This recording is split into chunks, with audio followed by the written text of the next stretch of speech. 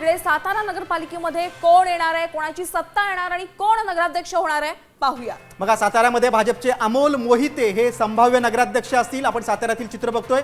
बघा, सातारा शहरामध्ये कुणाचा प्रभाव असणार आहे तर भाजपचे 35 नगरसेवक निवडून येतील आणि भाजपची सत्ता असू शकते असा अंदाज, असा एक्झिट पोल आहे। नक्कीच, आणि याबाबत आमचे प्रतिनिधी ओंकार कदम यांनी नेमका काय अंदाज वर्तवलेला आहे पाहूया। साताऱ्याचे दोन्ही राजे हे भाजपमध्ये आहेत आणि हे दोन्ही राजे एकत्र येऊन ही निवडणूक लढवत आहेत। दोन्ही राजांनी भाजपच्या चिन्हावर ही निवडणूक लढवायचा निर्णय घेतला आणि त्यानंतर त्यांनी साताऱ्यात अमोल मोहिते यांना नगराध्यक्ष पदाचं उमेदवार म्हणून जाहीर केलं।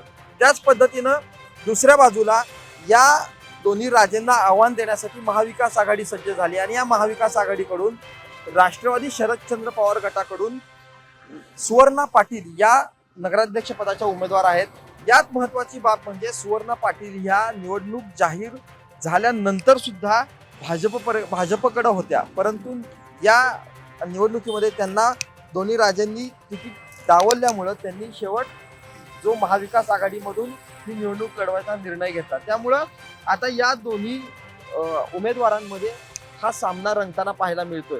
एकूणच जी सातारा नगरपालिकेची आत्ताची परिस्थिती पाहिली तर यामध्ये भाजपची सरशी असल्याचं चित्र सध्या तरी पाहायला मिळतंय। ओंकार कदम, साम टीव्ही न्यूज, सातारा।